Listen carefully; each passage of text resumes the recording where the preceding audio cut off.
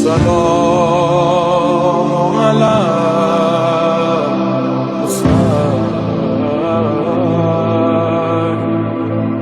وعلى علي بن اعوذ باللہ من الشیطان الرجیم بسم اللہ الرحمن الرحیم الحمد للہ الذی لا یبلغ مدحتہ القائلون ولا یحصی نعماءہ العدون ولا یعدی حقہ المجتہدون الذی لیس لصفتہ حد محدود ولا نعت موجود ولا وقت معدود ولا اجل ممدود فطر الخلائق بقدرته ونشر الرياح برحمته الصلاة والسلام على الرسول المسدد المصطفى العمجد المحمود الأحمد سيدنا ومولانا ومولى الكونين جد الحسن والحسين عاني أبا القاسم محمد اللهم وآله الطيبين الطاهرين المعصومين الذين قال الله إنما يريد الله ليذهب عنكم الرجس أهل البيت ويطهركم تطهيرا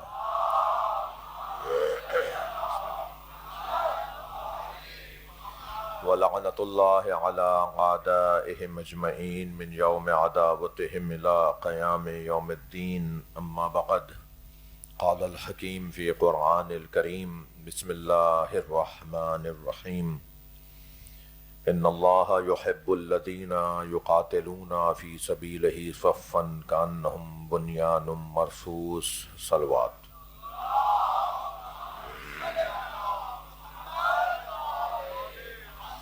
ایک اور صلوات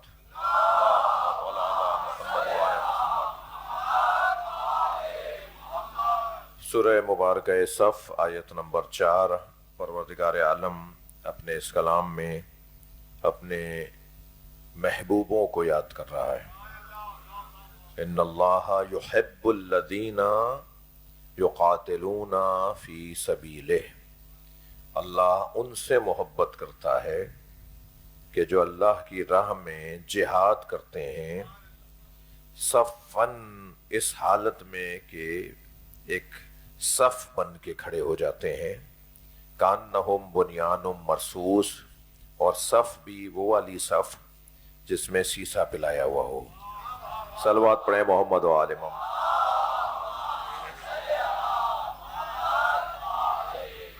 جی، جو اتنی مضبوط ہو کہ دشمن جتنی چاہے طاقت لگائے مگر وہ صف یعنی وہ دیوار ٹوٹنے نہ پائے. وہ جو مضبوطی ہے، وہ جو استقامت ہے، وہ جو میدان میں ڈٹنا اور جمنا ہے، وہ اتنا روشن ہونا چاہیے کہ اسے اللہ بنیان مرصوص کہہ کر یاد کرے. آج کی مجلس میں جو میں نے ارادہ کیا ہے وہ یہ کہ پہلے تو یہ جان لیا جائے کہ میدان سے بھاگنے کے اسباب کیا ہیں. صلوات پڑھے ذرا محمد و آل محمد.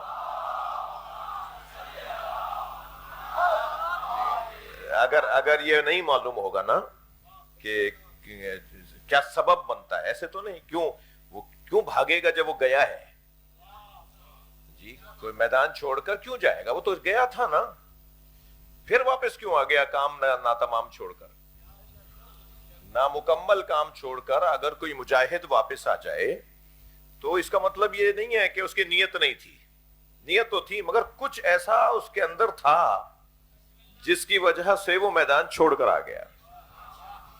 اب وہ جو چیز اس کے اندر تھی جس کی وجہ سے وہ میدان چھوڑ کر آیا. اچھا، میرے محترم سننے والوں کو جو آج پہلی دفعہ آئے ہوں یا روزانہ نہ آئے ہوں، ان کے لیے میں عرض کر رہا ہوں کہ ہمارے اس پورے عشرے کا موضوع رہا ہے بنیان مرصوص. اللہ کے وہ مجاہد جو ڈٹ کر جم کر دشمن کا مقابلہ کرتے ہیں. اچھا، کیونکہ ابھی جو انڈیا اور پاکستان کی جنگ ہوئی، یعنی جس میں پاکستان نے جہاد کیا، اور ایران اور اسرائیل کی جو جنگ ہوئی جس میں ایران نے جہاد کیا، تو ان دنوں میں اس لفظ کو بہت زیادہ استعمال بھی کیا گیا نا، بنیان مرصوص، بلکہ ہمارے حملے کا بھی نام بنیان مرصوص تھا جی۔ پاکستان کی حفاظتی اداروں، پاکستان کی سلامتی کے لیے بلند تر صلوات۔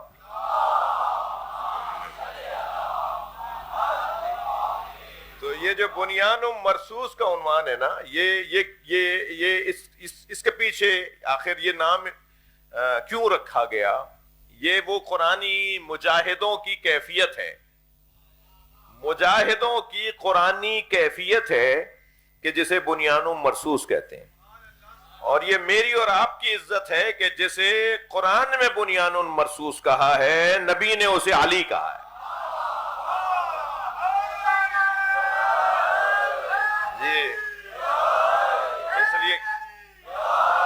اس لیے کہ حضرت ابن عباس فرماتے ہیں، حضرت ابن عباس حبر الامہ، امت کی پیشانی پر جھومر اور ٹیکا، حضرت ابن عباس رضی اللہ تعالیٰ عنہ کو ٹاپ 10 صحابیوں میں، بڑے 10 صحابیوں میں ایک، نبی مکرم نے جنہیں خاص احترام کی نگاہ سے، خاص اہمیت کی نگاہ سے دیکھا جی، اور مولا علی کے خاص شاگرد جی۔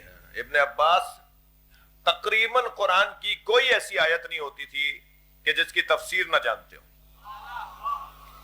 ہر آیت کی تفسیر وہ بھرپور انداز سے بتاتے تھے، اور جب مشکل ترین آیات کی تفسیر وہ بتا دیتے تھے۔ اور کبھی ایسا بھی ہوا کہ کسی نے کہا کہ آپ کا علم علی کے علم کے برابر ہے، تو ایک دفعہ تو آپ نے جواب دیا کہ ایک سمندر کو تصور کرو اور ایک قطرے کو تصور کرو، اور سمندر کے ساتھ قطرے کو تصور کر کے تصور کرو کہ قطرہ میں ہوں، سمندر علی،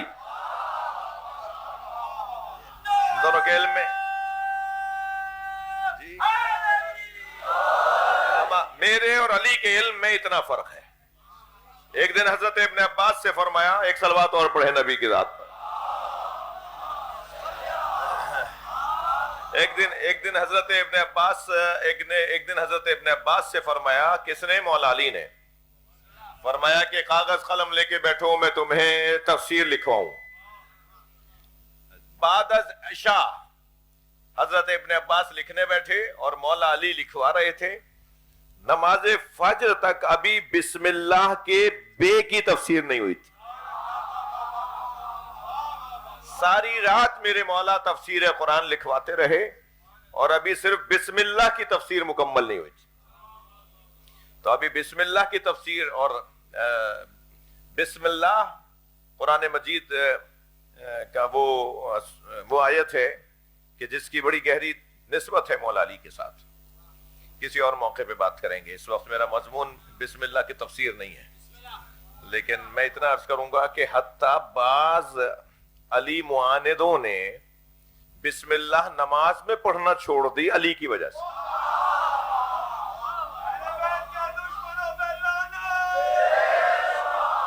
بسم اللہ الرحمن الرحیم کی تفسیر ساری رات مولا علی لکھوانے بیٹھے ہیں اور ابھی بے کی تفسیر پوری نہیں ہوئی۔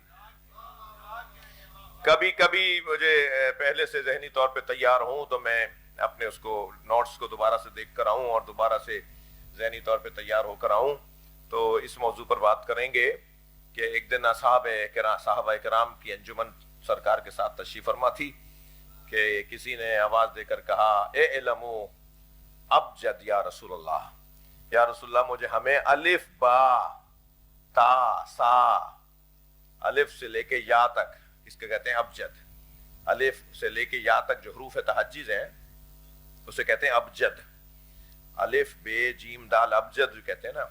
تو ایک صحابی محترم نے آواز دے کر کہا، یا رسول اللہ مجھے الف بے پڑھائیں، یعنی ابجد پڑھائیں۔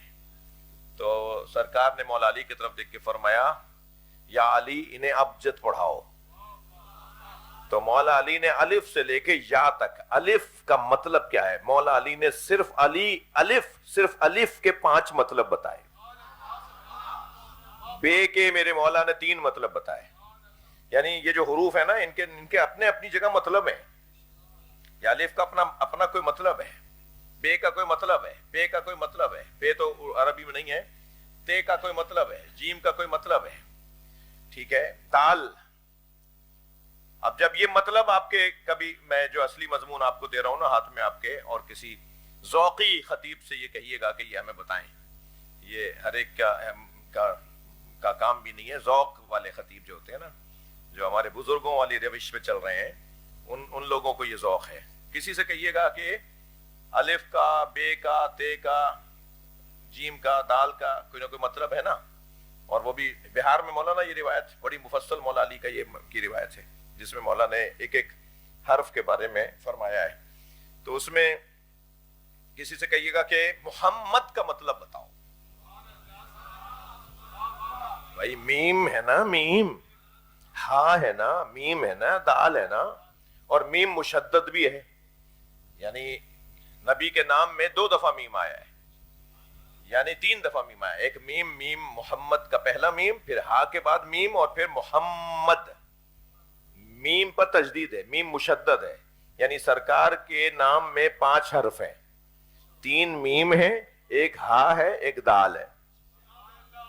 تو کبھی کسی سے کہیے گا کہ محمد کا مطلب بتاؤ, پھر ایسے ہی کسی سے پوچھئے گا احمد کا مطلب کیا ہے, پھر کسی سے پوچھئے گا علی کا مطلب کیا ہے. یہ لفظ علی جو ہے نا, عین لام چھوٹی ہے, اس کا کوئی مطلب ہے. ہم تو ابھی مولا کے نام کے حرفوں کو نہیں جانتے. علی بن ابی طالب کی معرفت تو بہت بلند ہے, سرکار دو جہاں کی ذات کی معرفت تو بہت بڑی بات ہے. خود نام کے اوپر غور کرنا ایک ہنر ہے, ایک بہت بڑا ہنر ہے, جو نام پر اگر کوئی ہم نام سمجھ لیں.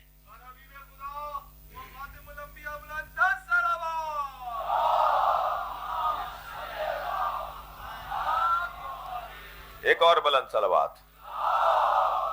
اللہم صل علی. تو آج میں آپ کے سامنے کچھ پوائنٹس یادداشت کر کے لایا تھا کہ میدان سے بھاگنے کا سبب کیا ہے. یہ آیا ہے لڑنے کے لیے, بھاگ کیوں گیا؟ یہ آیا تھا اپنے آپ کو قربان کرنے کے لیے یا کسی کی جان لینے کے لیے؟ یہ چھوڑ کے کیسے چلا گیا؟ تو سب سے پہلا سبب ہے ضعف ایمان. ایمان کی کمزوری میدان میں ڈٹنے نہیں دیتی. ایمان جس کا کمزور ہوگا, دیکھیں میں نے عرض کیا تھا کہ کچھ ہمارے حفاظتی اداروں کے جو افسران ہیں, ان سے محرم سے پہلے جب ملاقات ہوئی تو میں نے ان سے کہا کہ میرا مضمون یہ ہے, آپ خود بھی تشریف لائیں اور اپنے لوگوں سے بھی کہیں کہ آ کے سنیں کہ سپاہیوں کے اور مجاہدوں کے اور جنگ جہاد کرنے والوں کے بارے میں آیات اور احادیث ہماری کیا رہنمائی کرتی ہیں. ٹھیک ہے, اور یہ وطن ہمارا بڑی محنتوں اور بڑی مشقتوں کے بعد حاصل ہوا ہے.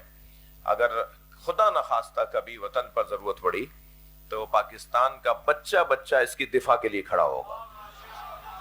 تو جب کسی بھی وقت پاکستان کا بچہ اس کے دفاع کے لیے کھڑا ہوگا تو پھر بچے کو پتا ہونا چاہیے کہ بھاگنے کے کیا نقصان ہے اور میدان میں ڈٹنے کے کیا فائدے ہیں. تو یہ میں اپنے ان دوستوں کے لیے تو کہہ ہی رہا ہوں, لیکن میں اپنے محترم سننے والوں کے لیے بھی کہہ رہا ہوں. تو سب سے پہلا عنوان یہ ہے کہ میدان سے توجہ ہے. میدان سے جانے والا, میدان آدھے میں چھوڑ کے جانے والے کا پہلا سبب ہے ضعف ایمان, ایمان کی کمزوری. اور ایمان مضبوط ہوتا ہے 2 موضوعات کو لے کر. ان 2 موضوعات کو معمولاً ہم اول اور آخر میں بیان کرتے ہیں, اور درمیان میں کچھ اور ایمان کی اور عقیدے کی کچھ موضوعات ہیں جنہیں ہم بیان کرتے ہیں. لیکن جتنے بھی ہمارے عقائد ہیں نا, ان سب میں اول اور آخر توجہ ہے. اب اول و آخر 2 ایسے موضوع ہیں کہ اگر ان کو ہم نے کور کر لیا تو درمیان والے عقیدے خود بخود ہمارے محفوظ ہو جائیں گے. اور وہ اول و آخر والے 2 عقیدے کون سے ہیں؟ ایک اللہ پہ توکل اور ایک آخرت پر یقین. جو اللہ پر توکل نہیں کرتا پھر رسول اللہ پہ کلمہ پڑھنے کا کیا فائدہ ہے؟ جو اللہ کو ہی نہیں مانتا وہ مولا علی کو کیا مان رہا ہے؟ اور اس دنیا کی خوبصورتی ہی اس میں ہے کہ ہم اس دنیا پر خاتمہ نہ مانیں, اس دنیا کو آخر نہ مانیں. یہ دنیا ہے اور بس یہ نہ مانیں, اس کے بعد بھی ایک جہان ہے, اس کے بعد بھی ایک زندگی ہے. بلکہ اگر میں محترم سننے والوں کے توسط سے سب سے کہہ دوں کہ اصل زندگی ہی وہ ہے جو اس کے بعد شروع ہو، جسے ہم آخرت کہتے ہیں. آخرت، اصل زندگی آخرت کی زندگی ہے. یہ تو بھائی ایسا لگتا ہے جیسے کل شروع ہوئی تھی.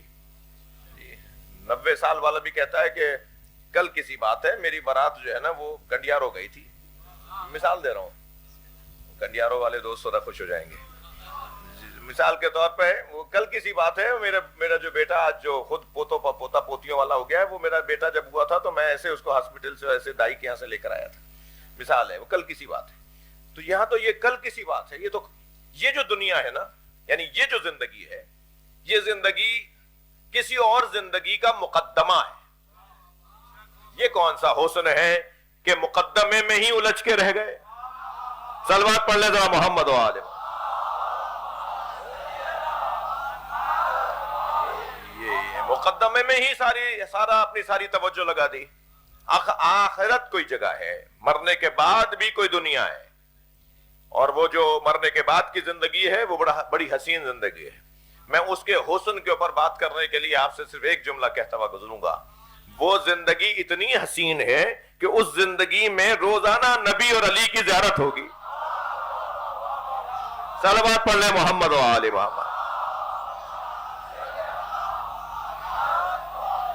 جی تو پہلا عنوان،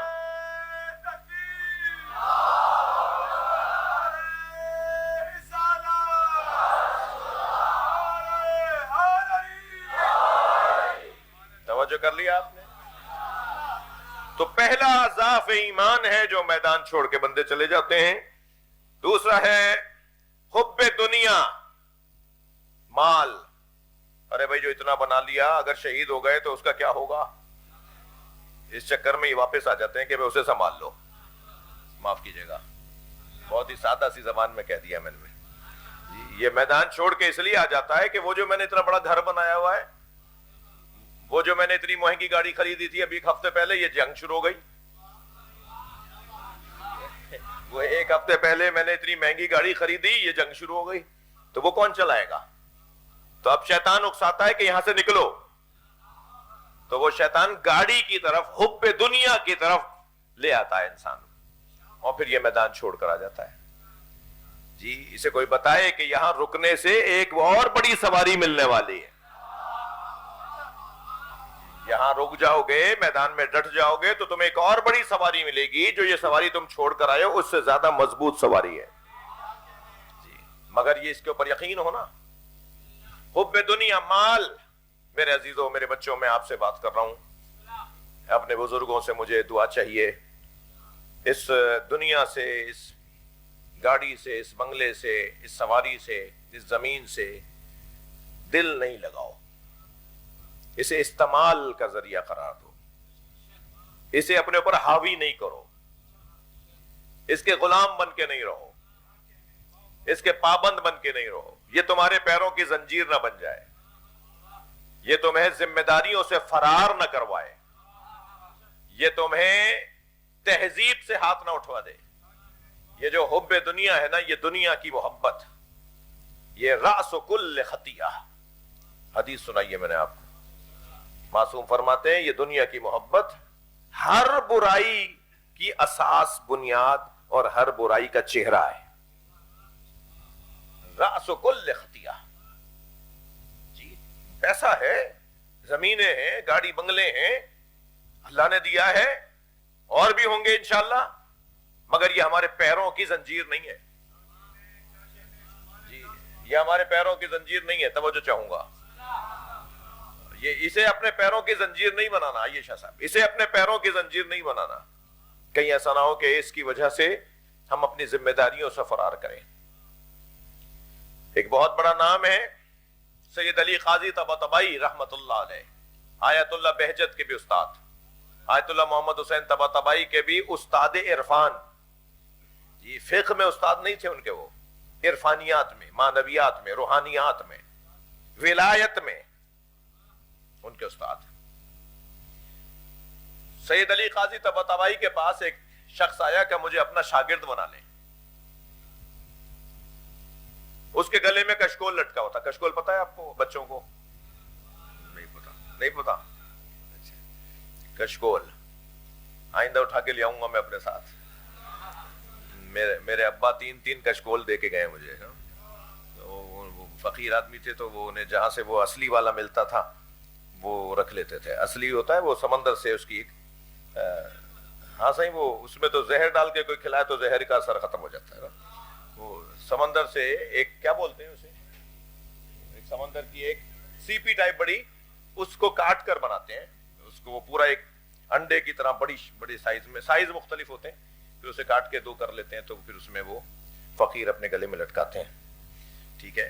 فقیروں کا کیا ہوتا ہے کہ وہ ہر کھانا اس میں ڈال کے, جی دال بھی اس میں, چاول بھی اس میں, روٹی بھی اس میں, دودھ بھی اس میں, جی سب کچھ اس میں ڈال کے اسے مکس کر کے بد مزہ کر کے کھاتے ہیں. ان کا اپنا طریقہ ہے. تو کشکول وہ جو فقیر کے پاس ہوتا ہے, البتہ یہ فقیری کی نشانیوں میں سے ایک نشانی ہے, ورنہ فقیر مانگنے والا نہیں ہوتا.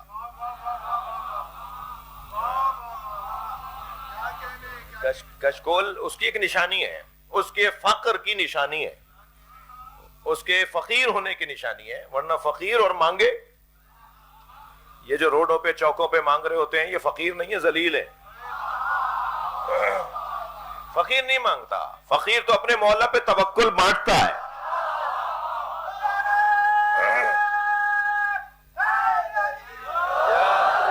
فقیر مل جائیں آپ کو تو مجھے ملوائیے گا. کہیں کہیں کبھی کبھی شاہ لطیف بھٹائی کے مزار پر اور حضرت عبداللہ شاہ غازی کے مزار پر, البتہ یہاں وہ والے فقیر ہیں مانگنے والے, لیکن قلندر کے مزار پر آپ کو وہ اصلی والے فقیر مل جائیں گے, اور کچھ اور جگہوں پر بھی مل جائیں گے.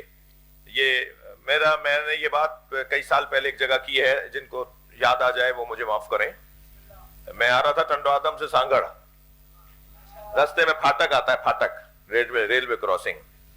تو ہماری گاڑی وہاں سے جب چلنے لگی, گزرنے لگی, تو گاڑی آہستہ کرنا پڑی, ظاہر ہے وہ پھاٹک ریلوے کراسنگ, تو اس کی جو چھوٹی سی دیوار جس میں پھاٹک جڑا ہوا ہوتا ہے, اس پہ ایک فقیر بیٹھا تھا. اس نے مجھے اسی ہولیا میں دیکھا, میں آپ کا نوکر ہوں, اسی ہولیا میں پھرتا ہوں. یہ والے جو کپڑے میں پہن کے پھر رہا ہوں نا, یہ متکبروں کے کپڑے نہیں ہیں, اہل بیت کی تعلیمات کے نوکروں کے کپڑے. تو میں بھی کوشش کر رہا ہوں کہ نوکری میری ثابت ہو. تو اسی ہولیا میں تھا, تو اس نے دور سے مجھے دیکھا اور سلام کیا اور یا علی مدد بولا, سلام علیکم یا علی مدد. تو میں نے بھی جواز سلام دیا اور مولا علی مدد بولا. جب میں نے مولا علی مدد بول دیا تو اسے یقین ہوا کہ میں اسی کا ہوں. تو وہیں سے آواز لگا کر اس نے کہا کچھ دوں. یقین جانیے جو میرے ساتھ منظر پیش آیا نا, تو وہیں سے آواز لگا کے کہتا ہے کچھ دوں. میں نے اپنے ڈرائیور تو کیا میرے ساتھی سے جو گاڑی میری سنبھالے ہوئے تھا, شاہ صاحب, میں نے اسے کہا کہ ذرا گاڑی روکو, مجھے پہلا فقیر ملا ہے. اس کی تو مجھے تلاش تھی. تو میں گاڑی سے اتر کے ان کی طرف بڑھا, وہ میری طرف بڑھے, وہی ایک ان کا خاص سادہ لباس تھا. تو قریب آ کے مجھ سے کہنے لگا کہ بتاؤ زہد کسے کہتے ہیں, زہد بتاؤ, زہد کسے کہتے ہیں. میں آپ ان بچوں سے کہہ رہا ہوں جب کسی بزرگ کے پاس جایا کرو نا, بولنا بند کر دو, سننا شروع کرو. ہمارے یہاں بولنے کی اتنی بیماری آئی ہوئی ہے, خطرناک بیماری, اس کی کوئی دوا بھی نہیں مل رہی. کہ بھائی خاموش ہو جاؤ, کسی بڑے کے پاس آئے ہو, کسی سینئر کے پاس آئے ہو, کسی تجربے کار کے پاس آئے ہو, اس کے پاس بھی تم ہی بولو گے کیا؟ یہاں تو خاموش ہو جاؤ نا. تو یہ میں اپنے ان بچوں کو نصیحت کر رہا تھا. تو انہوں نے مجھے کہا کہ بتاؤ زہد کسے کہتے ہیں, زہد. تو میں نے کہا آپ بہتر جانتے ہیں. جی آپ بہتر جانتے ہیں, آپ زیادہ اچھا جانتے ہیں, آپ مجھ سے زیادہ اچھا جانتے ہیں, آپ جو بتائیں گے وہ زیادہ اچھا بتائیں گے. تو وہ خوش ہو گئے اور ماحول بھی یہی تھا. تو مجھ سے کہنے لگے زہد کی 7 منزلیں, جب تک زاہد نہیں بنو گے تمہارا ایمان کامل نہیں ہوگا. اور بات کر رہے ہیں ایمان کے کامل ہونے کی, یعنی میرا ایمان کامل ہونا. اور جب میرا اور آپ کا ایمان کامل ہو جائے گا تو ہم کیا بنیں گے؟ ایک مومن. پھر مومنین میں درجے بنیں گے. سلمان آخری درجے پر ہے, سلمان 10ویں درجے پر ہے. یعنی مومن ہونے کے بعد پھر درجہ بندی شروع ہوگی. جی مقداد 8ویں درجے پر، ابو ذر 9ویں درجے پر، سلمان 10ویں درجے پر. سلمان کے بعد تو کوئی درجہ ہی نہیں ہے. جب سلمان آخری درجے پر ہے تو سلمان کا مولا کون سے درجے پر ہوگا؟ تو سلمان کا مولا مومن نہیں کہلائے گا، امیر مومنین کہلائے گا.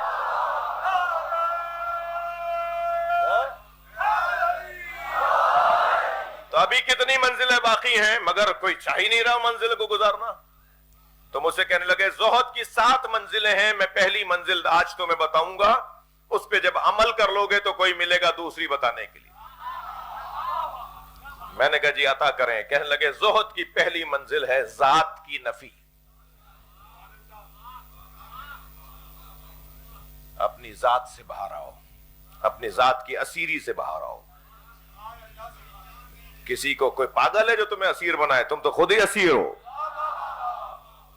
جو انسان خود اپنی ذات کا اسیر ہو، جو انسان خود اپنی ذات میں ہی الجھا ہوا ہو، جی میں بول بول کے تھک ہی نہیں رہا، اس کی زندگی اس کی زبان سے کبھی ہم نکلتے ہی نہیں ہیں. یہ جو افراد ہوتے ہیں جن کے ہاں میں اتنا زیادہ ہے، اچھا یہ جو میں زیادہ بولتے ہیں نا، میں کے علاوہ ان کے پاس کچھ ہے ہی نہیں. ہر بات میں، ہر بات میں.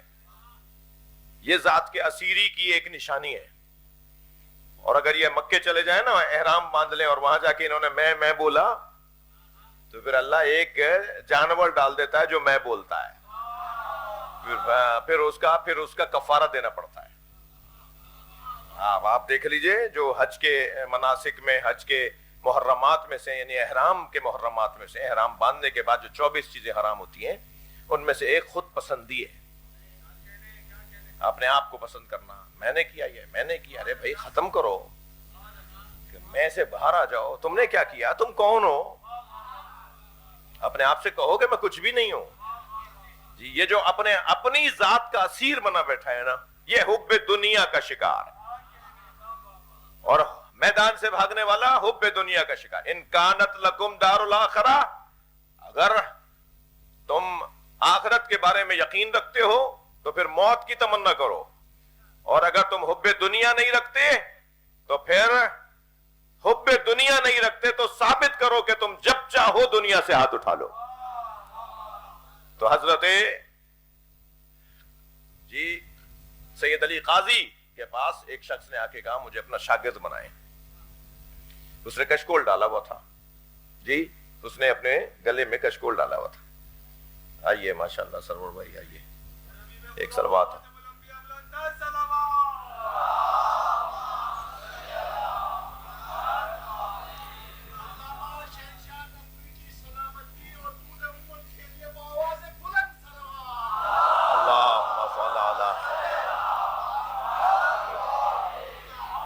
بھائی اب تو ستارے بھی میرے ساتھ ہو جائیں گے. صلوات پڑھیں ذرا محمد و آل محمد. اللہم صل علی، اس سے بلند صلوات.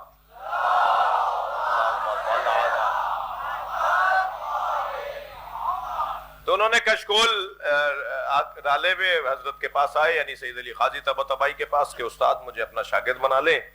سید علی قاضی طباطبائی مرحوم مغفور رحمت اللہ علیہ، انہوں نے کہا کہ باتیں کریں گے، دیکھتے ہیں کہ کیا کرنا ہے، جو تم کہہ رہے ہو اس پہ غور کریں گے. میرا وقت ہونے والا ہے مولا علی کو سلام کرنے کا. میں روزانہ کوفے میں رہتے تھے، نجف اشرف کوفے کے ساتھ ہی ایک شہر ہے. تو انہوں نے کہا کہ اب تو دونوں شہر مل گئے ہیں. پہلے تو یہ شہر اب سے 100-200 سال پہلے اور فرق پتہ چلتا تھا کہ یہ شہر ختم ہو گیا، یہ شہر شروع ہو گیا. اب دونوں شہروں کو پتہ بھی نہیں چلتا کب کوفہ ختم ہوا کب نجف شروع ہو گیا. تو انہوں نے فرمایا کہ مجھے مولا کو سلام کرنے کا ٹائم ہو رہا ہے میرا، میں مولا کو سلام کرنے جاتا ہوں، پیدل جاؤں گا. ظاہر پیدل ہی جاتے تھے. تو پہلے مولا کو سلام کرتے ہیں، واپس آ کر بیٹھیں گے، بات کریں گے، دیکھو تم کیا کہہ رہے ہو اس پہ غور کریں گے. تو کہنے لگا ٹھیک ہے. دونوں اٹھ لیے. آدھے رستے میں اس شاگرد کو، جو شاگرد بننے آیا تھا، اسے خیال آیا کہ یہ کشکول وہیں چھوڑ آیا ہے. تو سید علی قاضی سے کہنے لگے استاد میں نے کشکول آپ کے گھر چھوڑ دیا، میں وہ لے آؤں. تو انہوں نے کہا ہم جا رہے ہیں، پھر واپس آئیں گے. کشکول کہاں جا رہا ہے؟ کشکول وہیں رہے گا. کہنے لگے نہیں، اس کے بغیر میرا گزارا نہیں ہے. تو انہوں نے فوراً فرمایا اسے حب دنیا کہتے ہیں. دنیا بھی جس سہولت کے بغیر میرا گزارا ہی ختم ہو جائے تو میں حب دنیا کا شکار ہوں. اور جب چاہوں میں اپنی سہولتوں سے ہاتھ اٹھا لوں، جب چاہوں میں اپنی سہولتوں سے ہاتھ اٹھا لوں تو سمجھے کہ میں حب دنیا کا شکار نہیں ہوں. یہ ایک کسوٹی ہے، یہ ایک پیمانہ ہے. آپ نے کل دیکھا میری حب دنیا، اے سی نہیں چل رہا تھا تو مجھ سے مجلس نہیں پڑی جا رہی تھی، تو میرا تو خود اپنا حال اچھا نہیں ہے. صلوات پڑھے ذرا محمد و آل. ایک اور بلند صلوات پڑھ لیں. اللہ حافظ. بات آگے بڑھے. دوسرا سبب ہے حب دنیا، کراہت موت، حب دنیا. اور تیسرا سبب دل و جان سنبھال کے سنیے گا، منافقت. یہ بولتا کچھ ہے کرتا کچھ ہے. جس کے زبان اور دل دونوں ساتھ ساتھ نہ چلیں اسے منافق کہا جاتا ہے. اور یہ جو آیت میں روزانہ پڑھ رہا ہوں نا سورہ صف کی، اس آیت سے پہلے والی آیت کیا ہے سنا دوں؟ اس سے پہلی والی آیت یہ ہے کہ کبر مقتن عند اللہ ان تقولوا ما لا تفعلون. کتنی بری بات ہے کہ جو بولتے ہو وہ کرتے نہیں ہو. یہ تو بڑی بڑی باتیں کر رہے ہیں کہ ہم میدان میں اتر کے ایسے چیر پھاڑ کریں گے، ایسے دشمن کو گرائیں گے، ایسے دشمن کو پٹخیں گے، اور جب میدان میں پہنچے تو چھوڑ کر آ گئے. تو قرآن کہہ رہا ہے کبر مقتن، بہت بری بات ہے. کیا؟ ان تقولوا ما لا تفعلون، وہ بولتے ہو جو کرتے نہیں ہو. یہ جو بول رہا ہے اور کر کچھ اور رہا ہے اسے منافقت کہا جاتا ہے. جی یہ تیسرا سبب ہے میدان سے بھاگنے کا. چوتھا سبب بتا دوں، اپنے سردار علمدار لشکر کے سالار پر عدم اعتماد. یہ ساری آیات اور روایات کی روشنی میں پوائنٹس میں نے آپ کے سامنے رکھے ہیں. اپنے سردار پر عدم اعتماد. یہ آ تو گئے ہیں کسی کی علمداری میں مگر اس سے ان کو پیار ہی نہیں ہے، اس پر انہیں اعتبار ہی نہیں ہے، اس سے ان کا کوئی تعلق ہی نہیں ہے، اس سے ان کا دل ہی نہیں ملتا. اب کبھی تو ایسا ہوتا ہے کہ وہ لائق ہوتا ہے اور ان کا دل اس سے نہیں ملتا، اور کبھی ایسا یہ ہوتا ہے، کبھی ایسا بھی ہو سکتا ہے کہ اسے بھیج دیا جائے جو اس لائق ہی نہ ہو. سپاہیوں میں کچھ لوگ ایسے بھی ہوں کہیں کہ ہم تو اس سے زیادہ جانتے ہیں، اسے ہمارا سالار کیوں بنا دیا، اسے ہمارے اوپر ذمہ داری کیوں دے دی، ہم تو اس سے زیادہ فنون حرب کو جانتے ہیں اور طریقوں کو جانتے ہیں، ہم زیادہ جانتے ہیں. امیر پر عدم اعتماد سبب بنتا ہے کہ لوگ میدان چھوڑ کر آ جاتے ہیں. ٹھیک ہے. پانچویں چیز شیطانی وسوسہ. میدان چھوڑ کر وہ آئے گا جسے شیطان کا تو کام ہے، شیطان کا کام ہے کہ وہ ہر طرح کے میدان سے فرار کروائے. شیطان کو سب سے زیادہ برائی ہی لگتا ہے وہ جو بہادر ہو، جو شیطان کو پٹخ ڈالے، جو شیطان کا مقابلہ کرے. شیطان وسوسہ ڈالتا ہے کہ چھوڑ کے جاؤ، کہاں آ گئے ہو، کیا کر رہے ہو، کیا ضرورت ہے، تم ہی رہ گئے ہو کیا، ابھی تو بچے چھوٹے ہیں، ابھی تو تمہیں دنیا دیکھنی تھی، جی تم ہی اکیلے رہ گئے ہو، اکیلے ہو جاؤ گے، سب تمہارا ساتھ. عزیزان گرامی، میں اپنی خاطر جینا ہنر نہیں ہے، دوسروں کی خاطر جینا کارنامہ ہے. یہ کہنا کہ میں نہیں ہوں گا تو کوئی بھی نہیں ہوگا، یہ غلط ہے. یہ کہیے کہ کوئی نہیں ہوگا تو میں کہاں ہوں گا. توجہ کر رہے ہیں میری باتوں پر؟ یہ کون سا ہنر ہے کہ انسان کہے کہ صاحب میں نہیں ہوں گا تو کچھ بھی نہیں ہوگا؟ نہیں، سب نہیں ہوں گے تو میں کہاں ہوں گا. تو جب سب مار دیے جائیں گے، سب کو قتل کر دیا جائے گا تو پھر میں کہاں ہوں؟ شیطان وسوسے ڈالے گا کہ نہیں تم آ جاؤ، واپس آ جاؤ. وہ بچی بلبلا رہی ہوگی، بیٹی یاد کر رہی ہوگی، بیٹا یاد کر رہا ہوگا. نہیں عزیزان گرامی، یہ وسوسہ زیادہ تر وسوسہ ہے. اور چھٹی بات بتا دوں، سربراہ لشکر کے انتخاب میں غلطی. سربراہ لشکر کم سے کم اس کی کوئی ہسٹری ہونی چاہیے جہاد کرنے کی. صلوات پڑھے ذرا محمد و آل.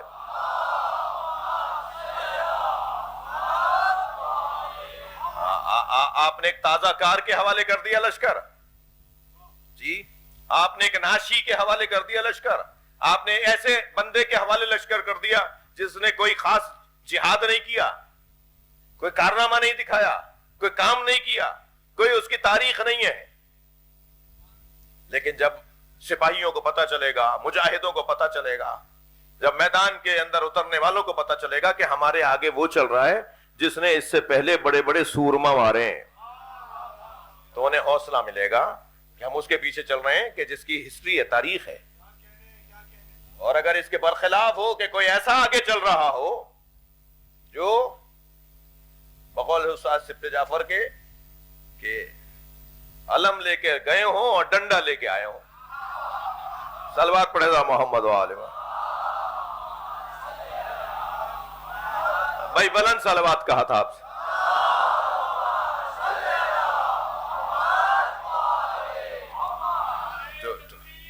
اللہ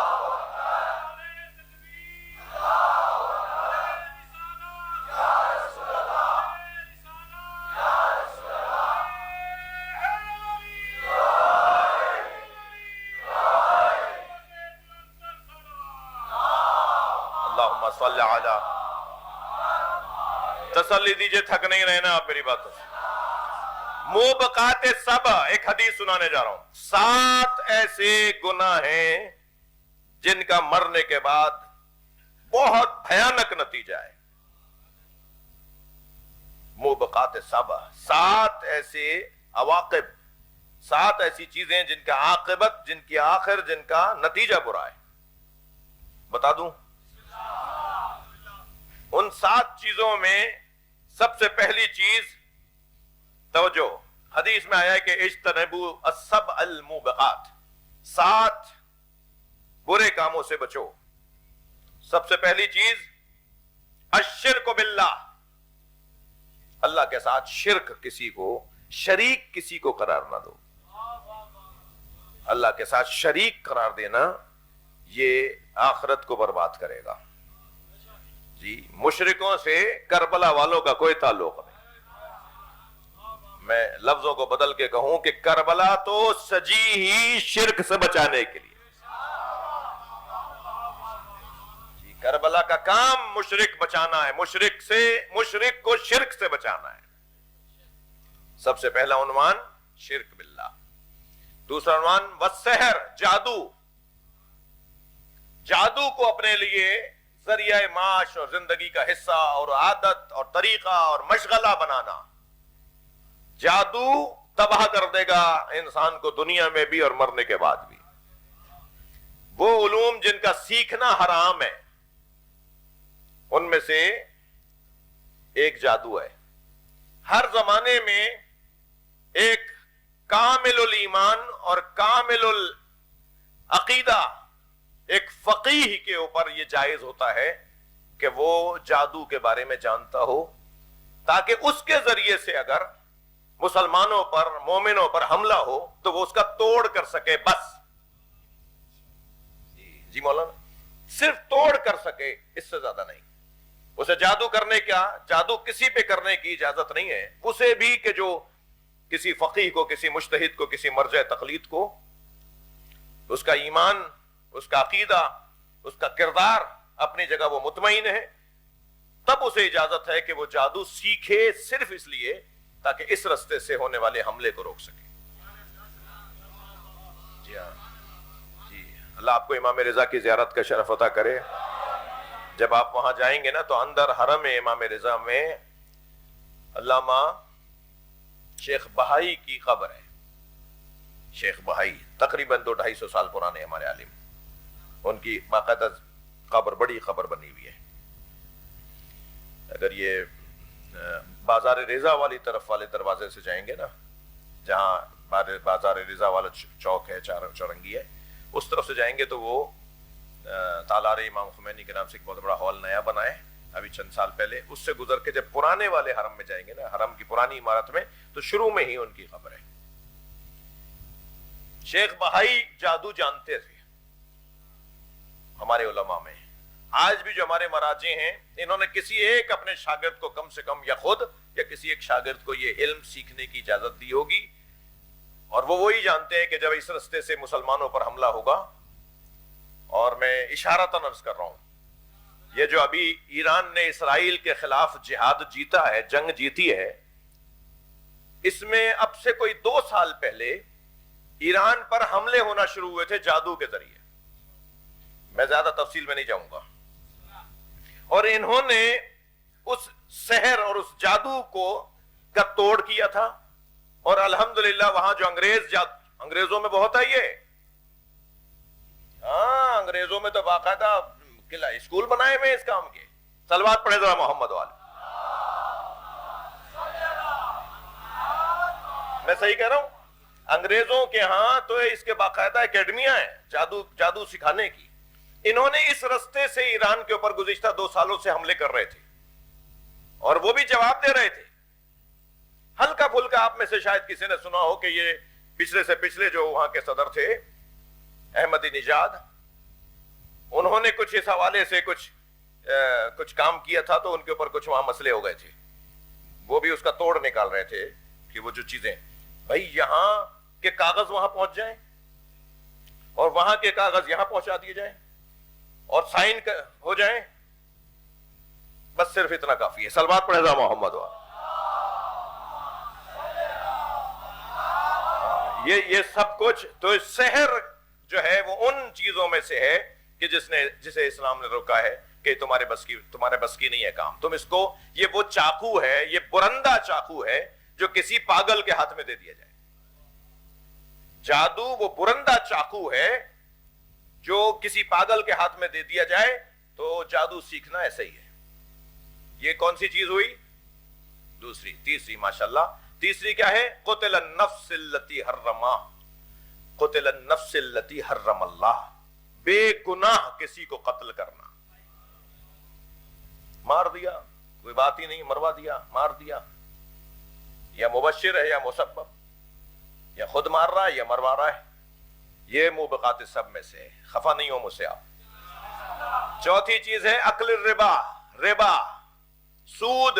دیکھیں ہر سود ربا نہیں ہے، مگر ہمارے ہاں ربا کو سمجھانے کے لیے لفظ سود استعمال کرتے ہیں. ہر سود حرام نہیں ہے. سود فائدے کو کہتے ہیں. ٹھیک ہے، فائدہ، اس سے کوئی فائدہ ہوا آپ کو؟ تو مطلقاً فائدے حرام نہیں ہے. وہ فائدہ جس فائدے پر آپ کو کچھ نہیں کرنا پڑا، آپ نے کچھ نہیں کیا اور آپ کو فائدہ مل گیا، اسے ربا کہتے ہیں. تو قرآن میں جس مال کے کھانے کی حرمت آئی ہے وہ ربا ہے. مولانا میسوی صاحب نے تو اس موضوع پر کافی کام بھی کیا ہے، کتاب بھی انہوں نے لکھی ہے، ان کے ادارے نے، انہوں نے زہرا اکیڈمی نے. اور ابھی جو اسلامک بینکنگ کے حوالے سے مولانا ایک الصادق کے نام سے ایک کالج بھی بنانے جا رہے ہیں کہ جس میں اسلامک بینکنگ پڑھائی جا رہی ہے. پچھلے دنوں ہمارے وہ عالم دین جنہیں مولانا نے گویا کہہ لیجئے کہ اپنے ساتھ اپنے رفقا میں شمار کر لیا ہے، مولانا سید مظہر حسین زیدی، مولانا باقر عباس زیدی صاحب کے داماد، وہ مولانا کی ٹیم کا حصہ بنے ہیں. اور پچھلے دنوں مولانا مفتی تقی عثمانی صاحب نے ایک اجلاس بلایا تھا. اکثر بلاتے ہیں اس طرح کے اجلاسات کی وہ صدارت فرماتے ہیں. تو اس میں جو اسلامک بینکنگ کے حوالے سے شیعہ قوم کی طرف سے نمائندگی کر رہے تھے وہ مولانا مظہر حسین زیدی صاحب کر رہے تھے. اللہ ایسے علماء میں اضافہ فرمائے. تو وہ ان کا موضوع ہے یہ جو میں بات کر رہا ہوں. صلوات پڑھے ذرا محمد والے.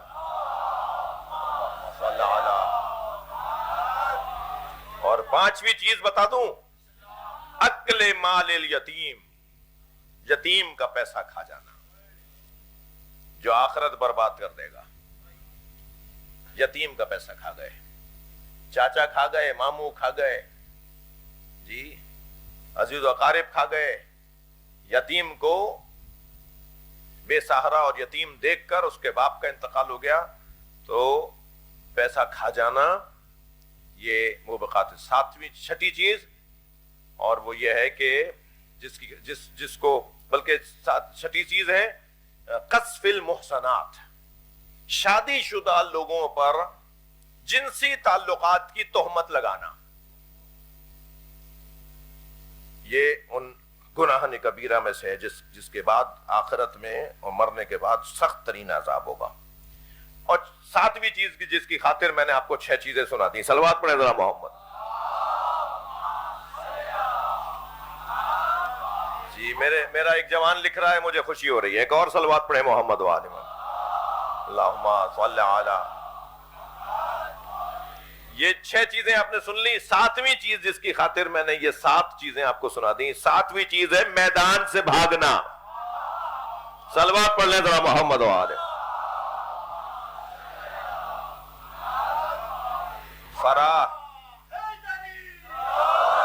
فرار زحف یعنی میدان چھوڑ کر فرار کرنا، یہ اللہ کو، اللہ کے رسول کو پسند نہیں ہے۔ آئے ہو میدان میں تو پوری طرح آؤ، جم کے کھڑے ہو جاؤ، ڈٹ کے کھڑے ہو جاؤ۔ پہلے سوچ سمجھ کے آتے نا، کسی نے زبردستی تو نہیں کہا تھا کہ چلو۔ بہت سارے لوگ ہوتے تھے جو کہتے تھے ہمارے بس کی نہیں ہے تو پھر پیچھے رہو، لیکن اگر میدان میں آ گئے ہو تو اب میدان میں ڈٹ کے اور جم کے کھڑے ہو جاؤ۔ ایک صلوات اور پڑھیں۔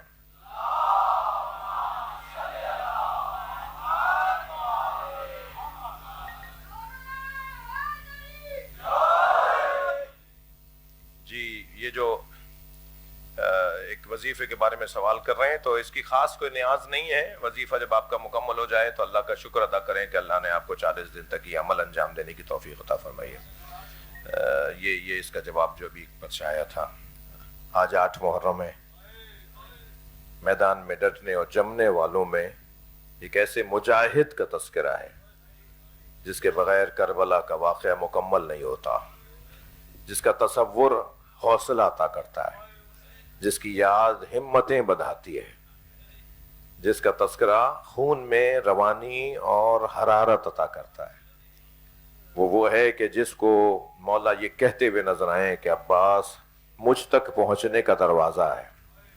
مولا عباس کے القاب میں ایک لقب ہے باب الحسین، امام حسین کا دروازہ۔ اللہ آپ کو کربلا لے جائے، جب آپ کربلا جائیں نا تو 2 بڑے روزے نظر آتے ہیں نا، ایک مولا حسین کا روزہ اور ایک باب الحوائج قمر بنی ہاشم، حامی محامی سائی، جی واقد واقی۔ مولا عباس کے القاب میں ایک لقب، بھی مولا کے القاب میں ایک لقب ہے صاحب القربہ، مشک والا۔ جی مولا کے القاب میں ایک لقب ہے قمر بنی ہاشم، بنی ہاشم کا چاند۔ مولا کے القاب میں ایک لقب ہے باب الحوائج، جی حاجتوں کو پورا کرنے والا۔ جی مولا کے القاب میں ایک لقب ہے صاحب اللواء، علمدار کربلا۔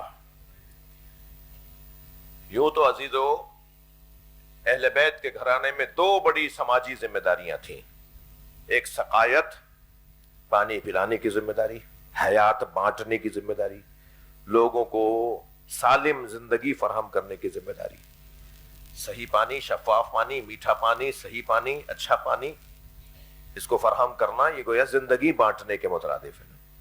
حضرت عبد مناف نے، سرکار دو جہاں کے دادا کے پردادا، انہوں نے پانی کی ذمہ داری لی تھی سب سے پہلے مکے میں، اور پھر وہ ذمہ داری اس خاندان میں چلتی رہی، اور اس خاندان میں ایک بزرگ کے پاس سقایت ہوتی تھی یعنی پانی پلانے کی ذمہ داری، اور ایک بزرگ کے پاس علمداری ہوتی تھی۔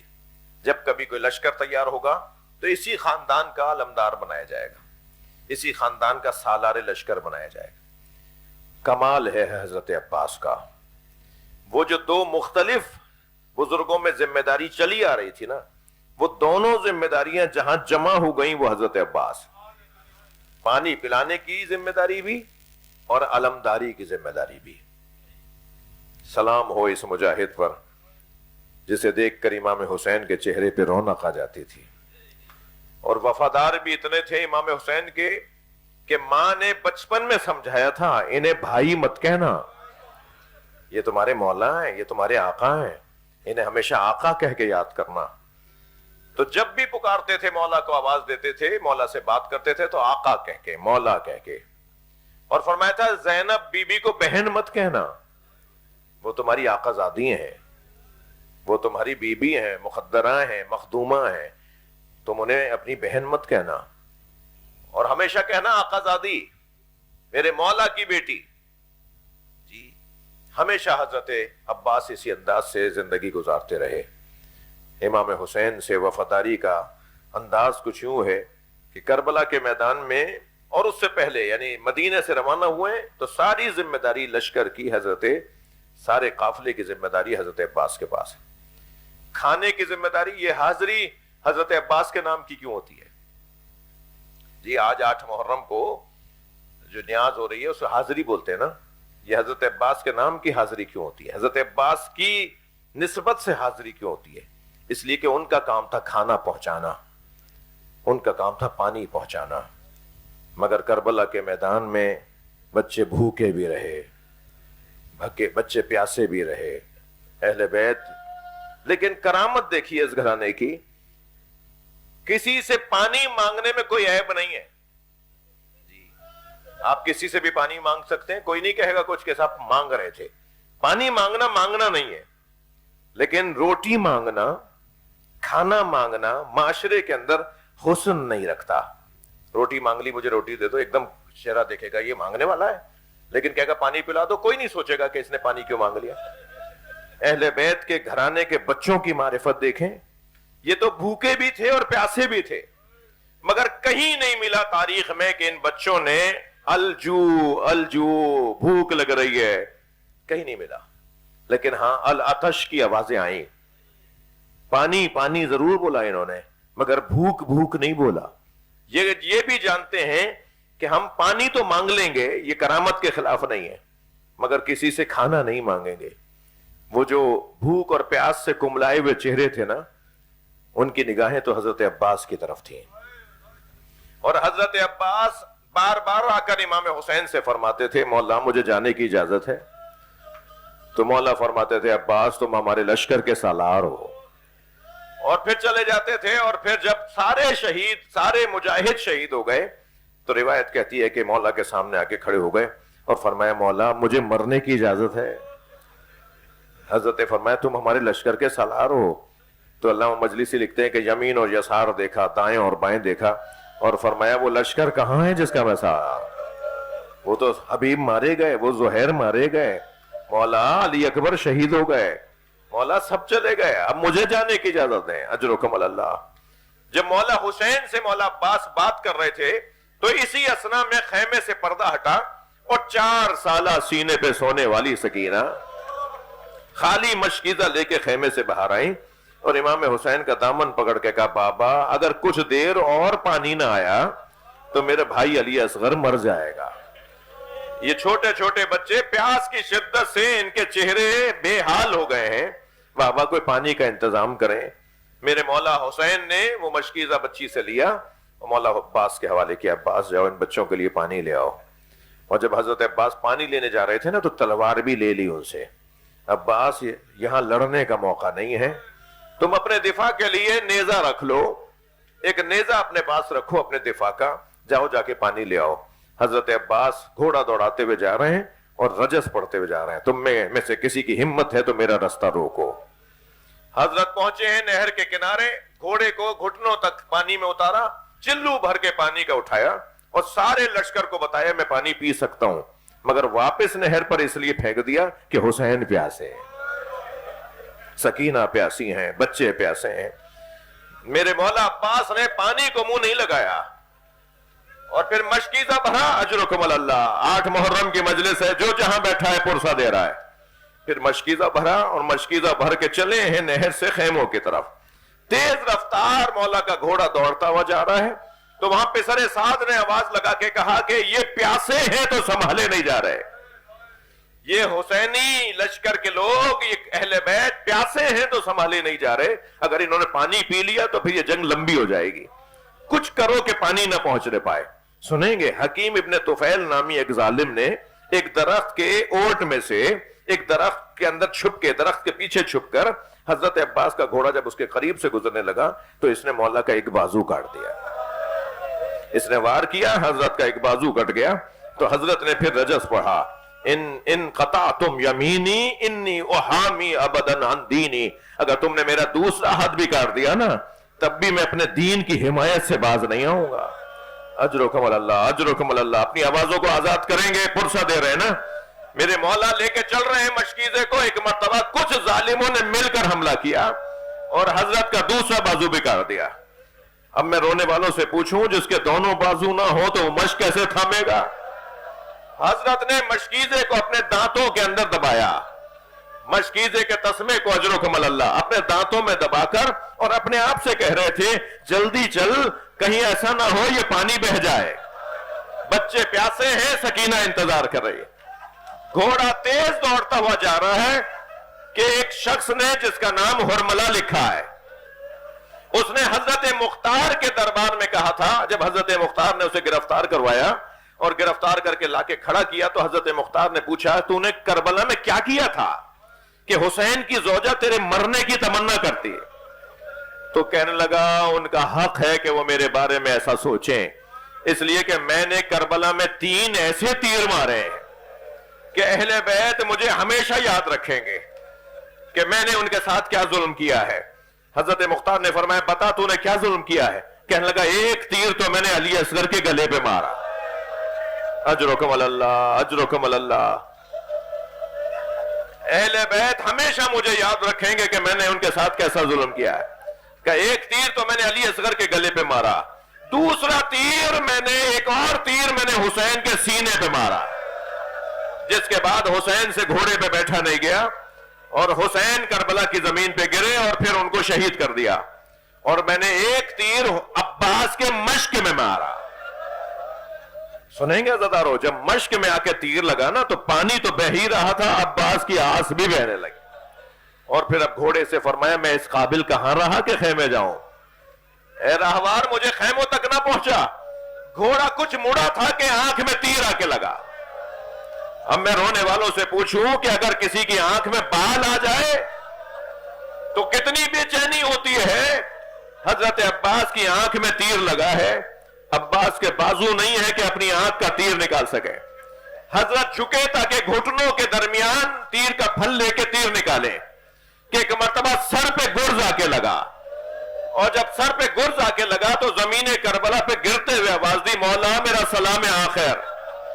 اجرکم اللہ، اجرکم اللہ. 2 منزلیں اور لے رہا ہوں.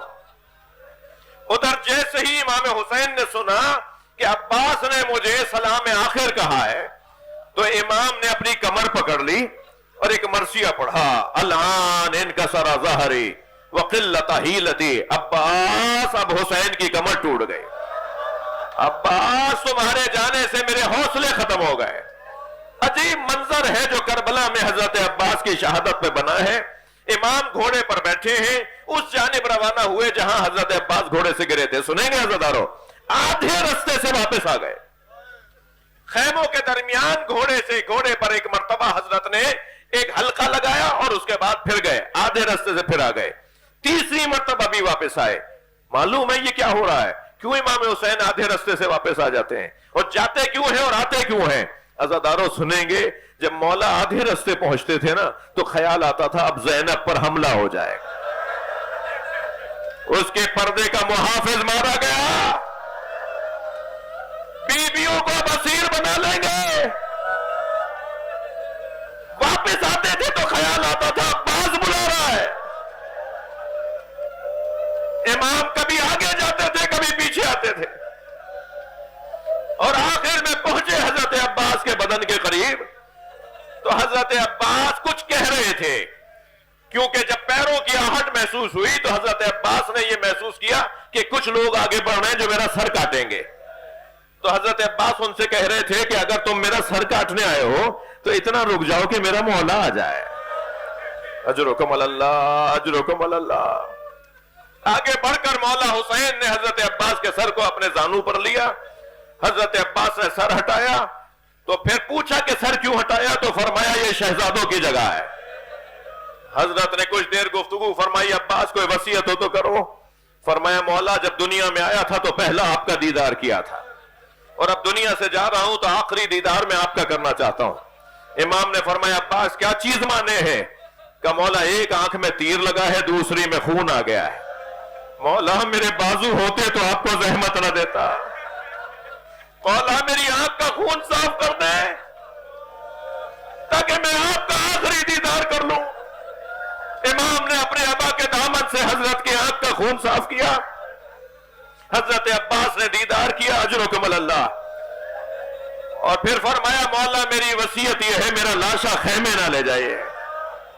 کسی شہید کا لاشا ایسا نہیں جو امام نہ لائے ہوں.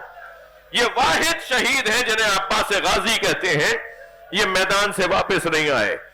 یہاں پر بزرگوں نے لکھا ہے کہ شاید یہ وصیت اس لیے تھی کہ جس کی کمر ٹوٹ گئی ہو وہ لاشا کیسے اٹھائے. میرا لاشا اٹھائیں گے، مولا نے کہا میری کمر ٹوٹ گئی ہے. اور دوسرا سبب شاید یہ ہوگا کہ اگر میرے لاشے پہ پیاسے بچے آ کے کھڑے ہو گئے اور سب نے آوازیں لگا کے کہا چچا پانی، تو عباس کیا جواب دے گا؟ میں سکینہ سے شرمندہ ہوں. اجرکم اللہ، اجرکم اللہ. میں مجلس مکمل کر رہا ہوں. میرے مولا نے فرمایا عباس تم نے اپنی وصیتیں کر دی، اب میری بھی ایک خواہش پوری کر دو. مولا عباس کی آواز آئی مولا حکم کریں. مولا نے فرمایا ساری زندگی آقا کہا، ساری زندگی مولا کہا، ایک دفعہ بھائی کہہ دو. ایک مرتبہ یا آخی کہہ کے سلام کیا. حضرت عباس نے ایڑیاں رگڑنا شروع کی. مولا حسین نے بھائی کا لاشا چھوڑ دیا. علم اٹھایا، چلے ہیں خیموں کی طرف. ادھر سکینہ نے آواز دی بچوں میں نہیں کہتی تھی میرا چچا پانی لائے گا، وہ دیکھو علم آ رہا ہے، میرا چچا پانی لا رہا ہے. مگر جب خالی علم آیا سکینہ بابا سے لپٹ گئی، بابا میرا چچا کہاں ہے؟ کہ سکینہ انتظار نہ کرو، عباس نہر کے کنارے سو. ماتم حسین.